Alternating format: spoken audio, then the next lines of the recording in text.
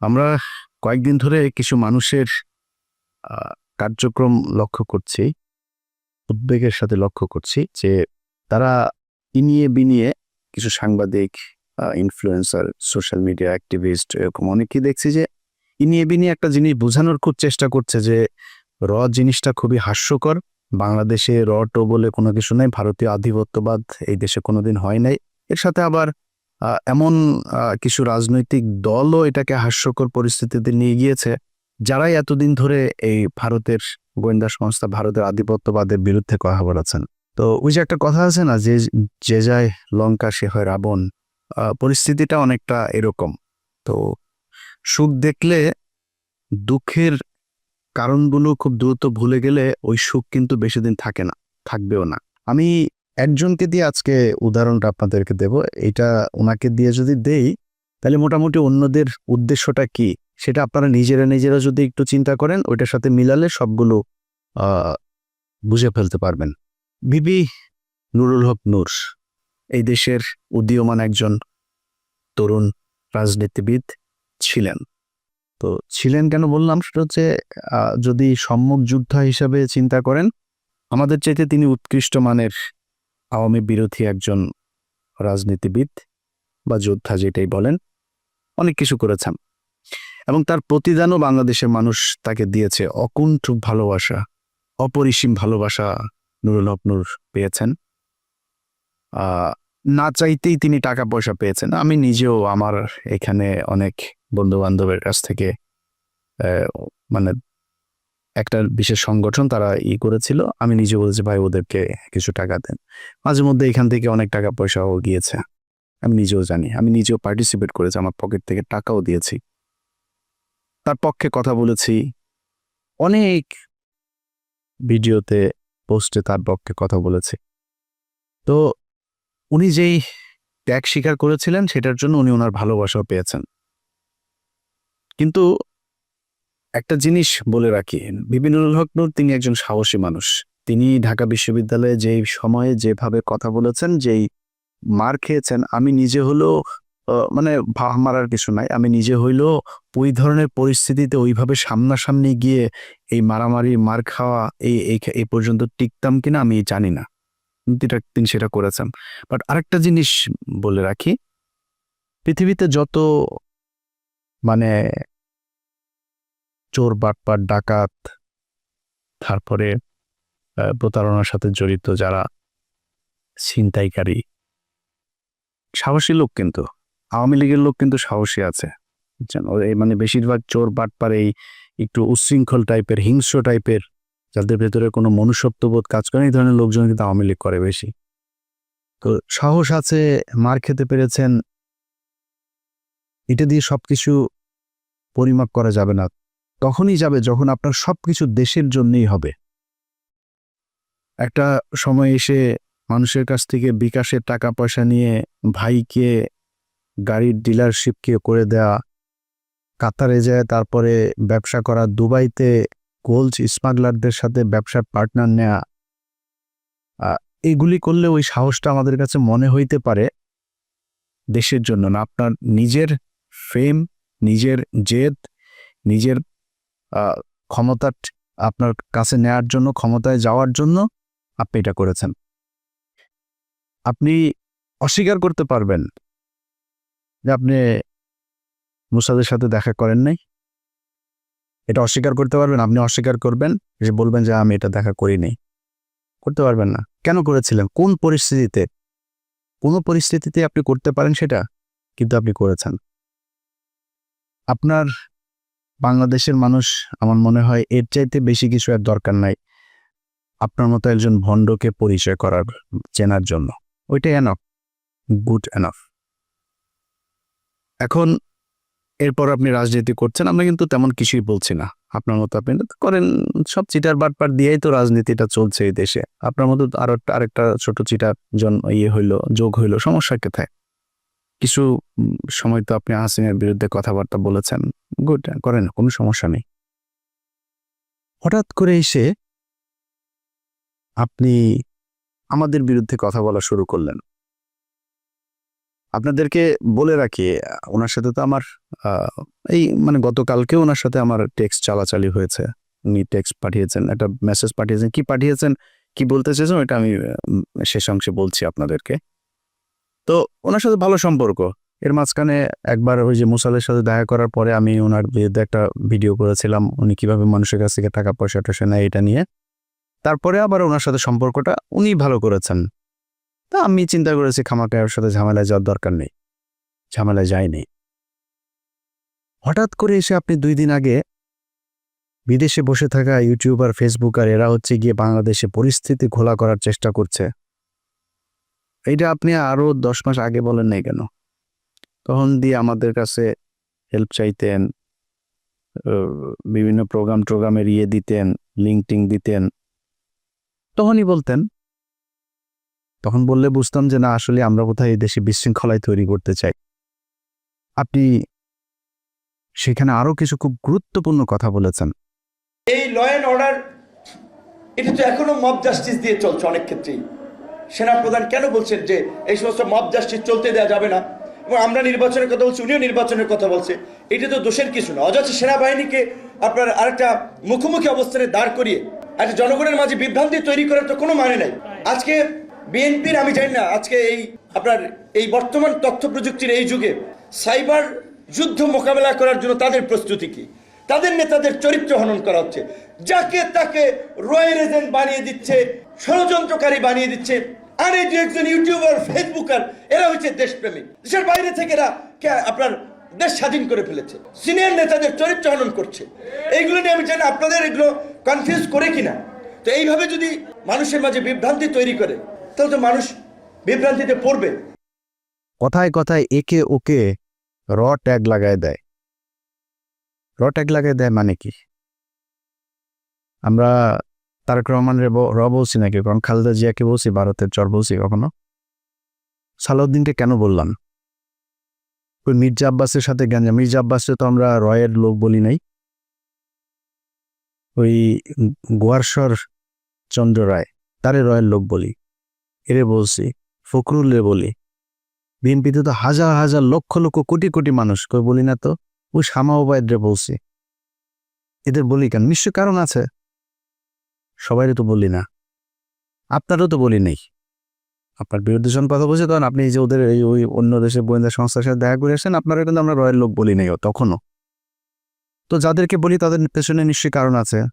সালাউদ্দিন সাহেব শিলংয়ে গেলেন, শিলংয়ে যায় তারপরে সেখানে সাদা লুঙ্গি, সাদা পাঞ্জাবি পরে বিশাল বাংলোর মধ্যে ঠ্যাঙের উপর ঠ্যাং তুলে দেয়া, তারপরে তিনি বসে করেন, লোকজনের সাথে দেখা করেন, সাক্ষাৎ করেন, ছবি তোলেন, পোলাও কোরমা খায়, আবার পছন্দ মতো নারীও সাপ্লাই পায়, সবই পেয়েছে। তো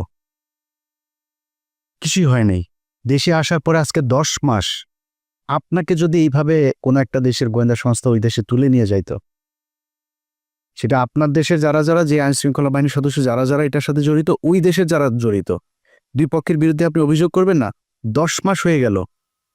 ওনাকে একবার ডেকেছিল ওই আইসিটি, আপনার ওই ইন্টারন্যাশনাল ট্রাইব্যুনাল, যেটা, যে উনি জিজ্ঞেস করেছে কি হয়েছে, কিটি বিবরণ দিয়েছে, ওনাকে বলা হয়েছে অভিযোগ করতে। উনি অভিযোগ করেন নাই। অভিযোগ না করে তিনি চলে এসেছেন, তার আইনজীবীকে নিয়ে বলছে যে আমরা পরে করব। And it's been 10 months. এই 10 মাসের মধ্যে আমি সময় পান না। আপনার 10 বছর যারা জীবন থেকে ধ্বংস করে দিল, আপনি তাদের জন্য 10 মাসে এসেও আপনার অভিযোগ নেই, কোনো আপনার তাদের ব্যাপারে ক্ষোভ নাই, আপনি সেটা গায়েব করে দিলেন।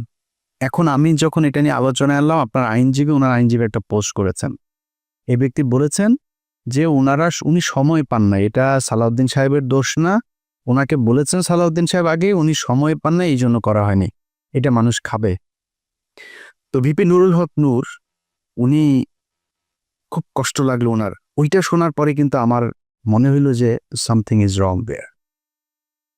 আমার এই গত কয়েকদিনে আমি কয়েকজন মানুষের যেই মানে তাদের যেই কি বলবো যে কার্যক্রম, তৎপরতা, এগুলো দেখে আমি কনফার্ম হয়েছি টাকা এক জায়গা থেকে বিশাল বড় অঙ্কের পেয়েছেন। আমি দীপিনুরকে আগের বার যেভাবে ধুয়েছিলাম না, দীপিনুর আমার সাথে কথা বলার প্রশ্নই আসে না, সে এরকম ছেলেই না, যথেষ্ট ঘাটতার আসে। এসছে কেন? কৌশল। আমার সাথে সে ঝামেলা যাইতে চায় না, আমার সাথে ঝামেলা গেলে তার রাজনৈতিক ক্যারিয়ারে সমস্যা হবে, সে নিজে গোলাম ময়লা রনির মতো হারায় যাবে, এই জন্য সে আমার সাথে আসতে চায় না।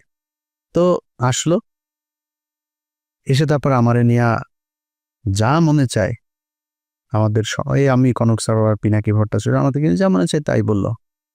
এখন সে এই ঝুঁকিটা কেন নিল? এইটার পেছনে এমন একটা অ্যামাউন্টের টাকা সে পেয়েছে যেটা তাকে বাধ্য করেছে এই কথাগুলো বলতে। ইলিয়াস আমার বিরুদ্ধে বলল, পিনাকি আমার বিরুদ্ধে বলবে, কনক সরোয়ার বলবে, সমস্যা হবে না। যেটা পেয়েছে এইটা বিশাল অঙ্কের, অনেক বড় অঙ্কের একটা অ্যামাউন্ট পেয়েছে।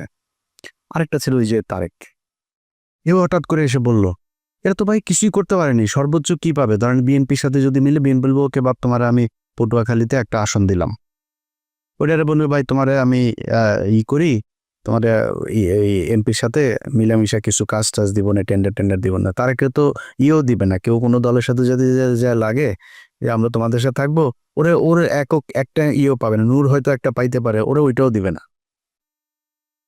তো ও আমার পিছনে লাগলো, আমাদের নিয়ে কথা বললো, অথচ এরা সবাই কিন্তু আমাদের সাথে খুব ভালো সম্পর্ক বজায় রাখে। মানে আমি এটা বলছি না যে আমি বিশাল আকারে কোনো কিছু, এটা না, মানে ও ভয়ে হোক আর ভালোবেসে হোক আর মানে পরিস্থিতির কারণেই হোক, আমার সাথে ভালো একটা সম্পর্ক, এবং এটা খুব স্বাভাবিক ব্যাপার, এটাই রাখা উচিত, তারা রাখেও। আমি দেশের বিরুদ্ধে যাইনি। তো হঠাৎ করে এসা একসাথে আপনি লেগে গেলেন। সো আমরা তো জানি টাকা পয়সা কোত্থেকে আসে, কোত্থেকে টাকা পয়সা দিচ্ছে। আমরা তো বিক্রি হইনি কারো কাছে, আপনারা বিক্রি হয়ে গেলেন। কয়টা টাকার জন্য আপনার পুরো ক্যারিয়ার ধ্বংস করে দিলেন। এই বাটপার এর আগে একটা কাজ করেছিল, আমরা চলেন আমরা ওই একটা বক্তব্য শুনে আসি তার। শেখ হাসিনা যখন তাকে ডেকেছিল গণভবনে হওয়ার পরে, তখন কিন্তু সে কিছু কথা বলেছিল সেখানে। সে কথাগুলো আগে শুনি, তারপরে আমরা পরে আলোচনায় যাই। আমিও যেটা বলেছি যে আমি ছাত্রলীগের কর্মী ছিলাম না, শুধু ছোটোখাটো একটা নেতাও ছিলাম, হলের পোস্টেড ছিলাম। আর আমি বিভিন্ন প্রোগ্রামে গিয়েছি, আমি দেখেছি নেত্রীকে ঢাকা মেডিকেল যখন বার্ন ইউনিটে বিএনপির আন্দোলনের সময় যখন বিভিন্ন অকারেন্সগুলো ওঠে, তখন তিনি গিয়েছেন। আমরা রাস্তার পাশে দাঁড়িয়েছি, তাকে দেখেছি গাড়ির কালো গ্লাস থেকে, স্পষ্ট দেখতে পারিনি, টিভিতে দেখেছি। আর আজকে দেখার পর আমি অনেকক্ষণ চেয়ে রয়েছি। আমি 2.5 বছর বয়সে আমার মা মারা যায়, আর আমার ছোটো আজকে এখানে এসেছে, ওর বয়স ছিল তখন 1 বছর। আমার মায়ের এটা আমি যতটুকু মনে করতে পারি, আমি সেটা খুঁজে পেয়েছিলাম আমার প্রাইমারির একজন শিক্ষিকার মধ্যে, আমি যেই প্রাইমারিতে পড়েছি। আর আজকে আমি মাননীয় প্রধানমন্ত্রী এতদিন টিভিতে আমি ওভাবে দেখতে পারিনি, কিন্তু আজকে দেখে আসলে আমার মনে হয়েছে যে তার মধ্যে আমার মায়ের চেহারাটা আমি কিছুটা দেখতে পেয়েছি, এরকম একটা জিনিস হচ্ছে। সেজন্য অনেকে আসলে বিভিন্ন উপাধিতে বলে থাকেন। আর আমরা একটা জিনিস দেখেছি যে আসলে তিনি প্রধানমন্ত্রী হিসেবেও, আমি বলবো না তিনি প্রধানমন্ত্রী, তিনি সবার প্রধানমন্ত্রী, তারপরেও তার কিছু স্পেশাল আসলে ক্যারেক্টার যেটা আমরা দেখেছি, যে কখনো ছোট শিশুকে কোলে নিয়ে, মানে একদম সিম্পল একজন যে নারীর যে ভূমিকা, সেই ভূমিকা অবতীর্ণ।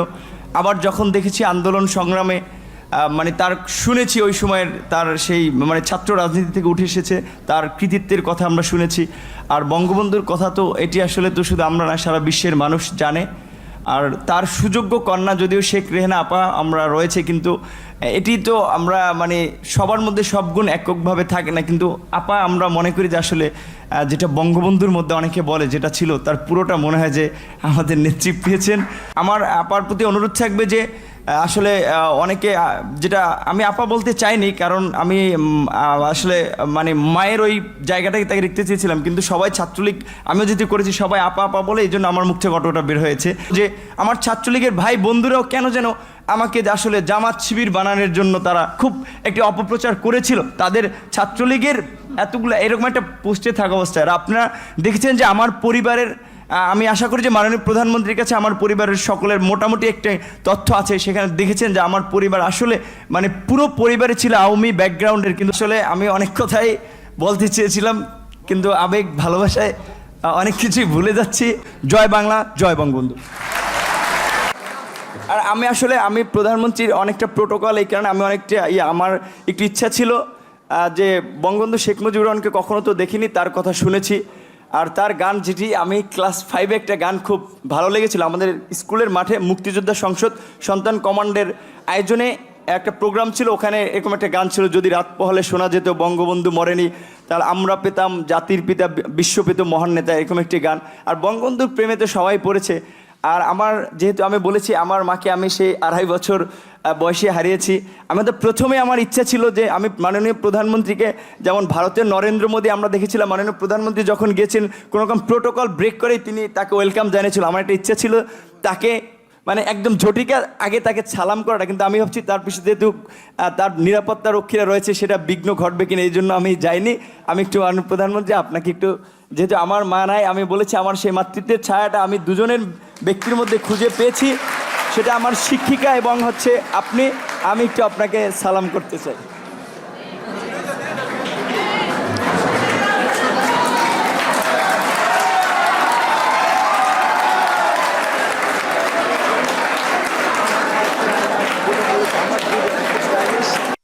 আচ্ছা, এই যে বক্তব্যটা সে দিয়েছে, এই বক্তব্যটা আপনারা শুনলেন। এই বক্তব্যটার কনক ভাই তার ইউটিউবে 2 দিন আগে আরেকবার দিয়েছে, ওইটার লিঙ্ক আবার আমি আমার ফেসবুকেও শেয়ার দিয়েছিলাম।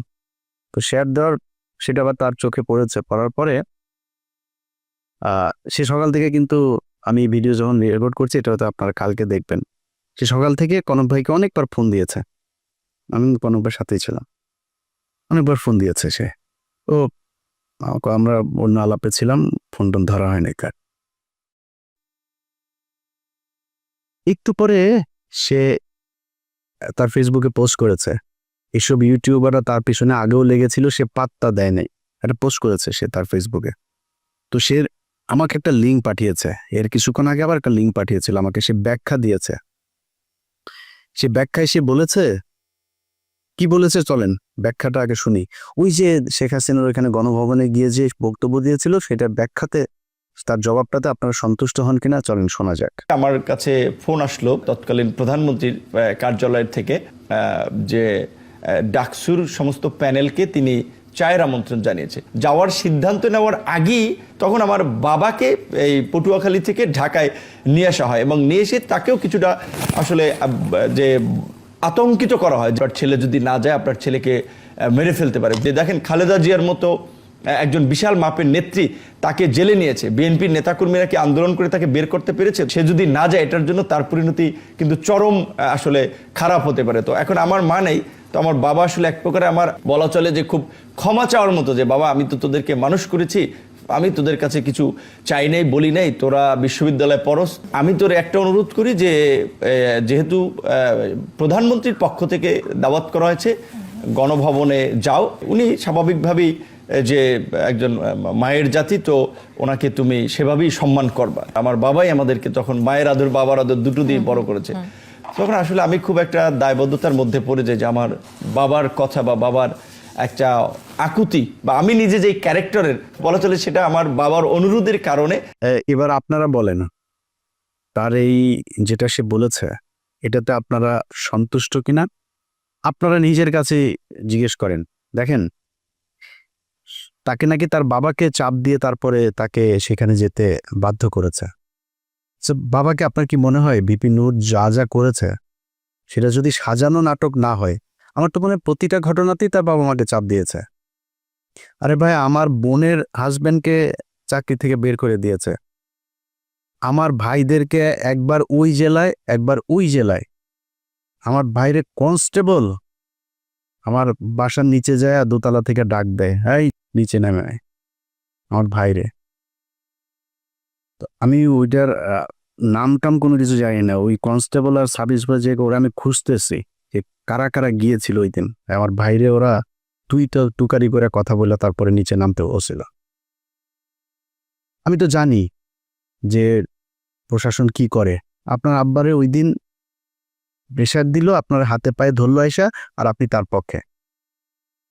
আপনার বলছিল যে বক্তব্যের শেষে জয় বাংলা বলবেন, জয় বাংলা বললেন কেন? না, আপনার এখানে অ্যাটেন্ড করতে বলেছে, আপনি করতেন। বক্তব্যের শেষে আবার আপনি বললেন আপনি ওনার একটু পায়ে শুয়ে সালাম করতে চান। এটাও আপনার বাপেরে বলছিল নাকি? বাদ দিলাম, এই দুইটাও বললাম যে তোর জয় বাংলা বলাইছে আর পায়ে ধরেও মাপছে, বলছে এটা দুইটা বলতেও না, তোর বাপেরে ডিম টিম দিব কিছু একটা বলছে। মানে আমি ওনার বাবার ডিসরেসপেক্ট করছি না, মানে ওনার কথা অনুযায়ী ওনার বাবাকে নিশ্চয়ই মারধর করবেন, সরি ওইভাবে বলার জন্য।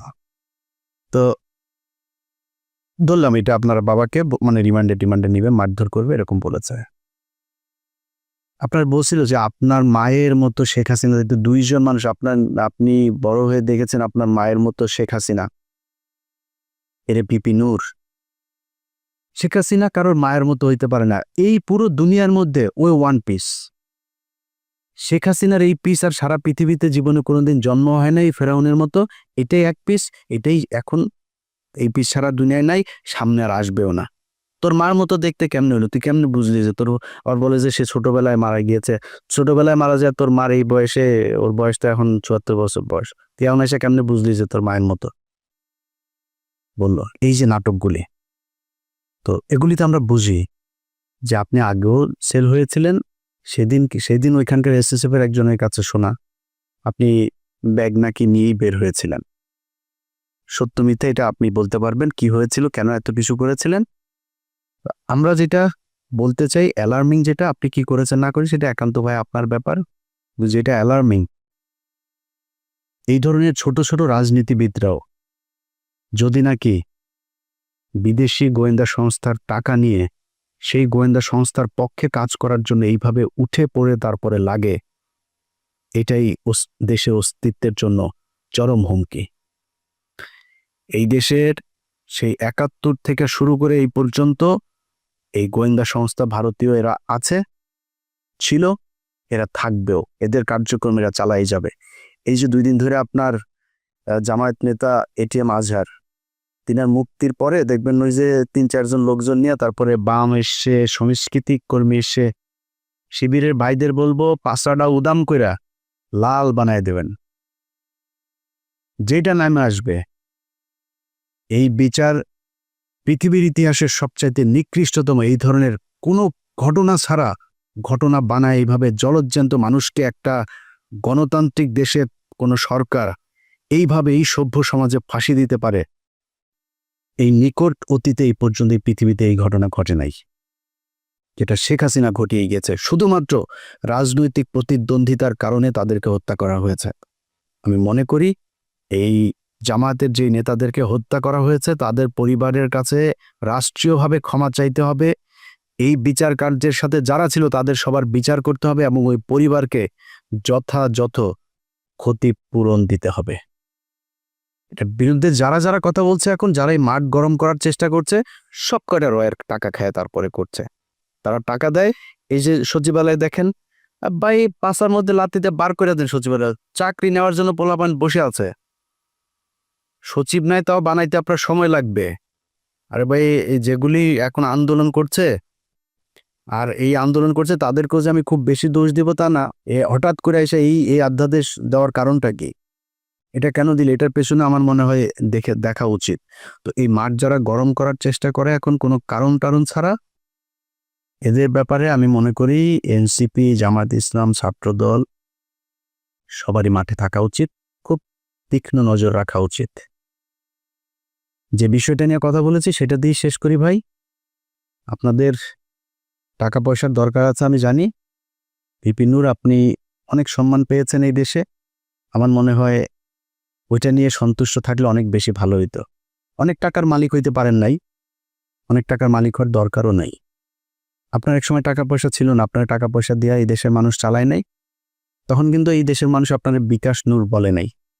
বিকাশ নূর এখন কেন বলে, এটা বলার একমাত্র কারণ হচ্ছে আপনি বিকাশে মানুষের কাছ থেকে টাকা নিয়ে দেশের বিরুদ্ধে কাজ করেছেন। দেশের পক্ষে কথা বলতেন, ভাই আমি খুব গর্ববোধ করব আমার শেষ বয়সে যদি নাকি ধরেন আল্লাহ মাফ করুক এমন কোনো সমস্যা হয়, আমার মানুষ সাহায্য তুইলা তারপরে আমার সেই সমস্যার সমাধান করতে হয়, আমার চাই একটু কষ্ট থাকবে না। আমি এইখানে বিশাল রাজকীয় জীবনযাপন করি না, এই যে কথা বলছি না, এই ছোট্ট একটা ঘরের মধ্যে ওই যে পেছনে দরজা, খুব সমস্যা হয়, মাঝে মধ্যে ওই রুম থেকে বের হইতে পারেন আমি ভিডিও তৈরি করার সময়, একদম আক্ষেপ নাই। ছোট বাসায় আছি, আলিশান জীবনযাপন করি না, সমস্যা নেই তো। ধরেন এইটার চেয়ে একটু ভালো বাসায় থাকতে পারতাম। আল্লাহর রহমতে যা খাইতে চাই খাইতে পারি, আল্লাহ সেই সুযোগ দিয়েছে ভাই। একটা পানি গেলার শক্তি নেই, বহুত হাসপাতালে যেয়ে খোঁজ নেন, বহু মানুষ পানিটা গিলতে পারে না, স্যালাইন দিয়া তারপরে পেটের ভেতরে খাবার দেয়। আচ্ছা না, আল্লাহ খাওয়ায় তাই আপনি খাইতে পারেন। বিলিয়ন বিলিয়ন ডলারের মালিক, ডাক্তার বলে দিয়েছে খাইতে পারবা না, এই খাইতে পারবা না, পারে না। সব দিনে 2 বেলা খাইতে হবে, এতটুকু সবজি খাবা, এতটুকু রুটি খাবা, খায়া শেষ, আর কিছু খাইতে পারবা না। কয় টাকা লাগবে আপনার খাবার খাইতে? যা চাই তাই খাইতে পারি আল্লাহর রহমতে, আলহামদুলিল্লাহ। আর কি লাগবে? হয়তো সর্বোচ্চ ধরেন একটা বাড়ি দরকার, একটা গাড়ির প্রতি আমার একটা ফ্যাসিনেশন আছে, সর্বোচ্চ চেষ্টা করব যদি জীবনে সুযোগ পাই একটা গাড়ি কিনবো ভালো দেখে। আর কি লাগবে? সচ্ছল চলাফেরা খাইতে পারলে হলো। আল্লাহ যেন মানে এমন কোনো পরিস্থিতি তৈরি না করেন নিজের দৈনন্দিন প্রয়োজন মেটানোর মতো টাকার জন্য যেন কারো কাছে যাইতে না হয়। শুধু এই পরিস্থিতিটা না আসলেই হবে। আপনারা চাইলে এটা করতে পারতেন। অনুরোধ, যেই সাপ নিয়ে আপনারা খেলছেন মাঝে মধ্যে খুব হাস্যকর মনে হয়, আপনাদের ওইখানের কিছু ফলোয়ার টলোয়ার নিয়ে আপনাদের কাছে এটা হাসির খোরাক মনে হয়, মানে ট নিয়া এটা নিয়া দেশের বিরুদ্ধে যায় না, কিছু টাকা পয়সার জন্য না এইভাবে দেশের সাথে বিট্রে করেন। এই গত 15 বছর এই দেশ রয়ের কারণে এইভাবে পরাধীন হয়েছিল, আমরা এটা ভুলে যাইনি। মুক্তিযোদ্ধা মারাইতে আসছেন, দেশের প্রতি প্রেম মারাইতে আসছেন, এখন দেশপ্রেম মারান, 71-এর রাজাকার টিয়ে দিয়া তারপরে এটিএম আজহারের বিরুদ্ধে ক্যাম্পেইন করেন। এত দেশপ্রেম কই ছিল আপনার? তোর বাপ যে বলছিল না যে এটা নাকি ভারত পাকিস্তান যুদ্ধ 71-এ, তোর বাপেদের বিরুদ্ধে মিছিল করছিলি বাংলাদেশে,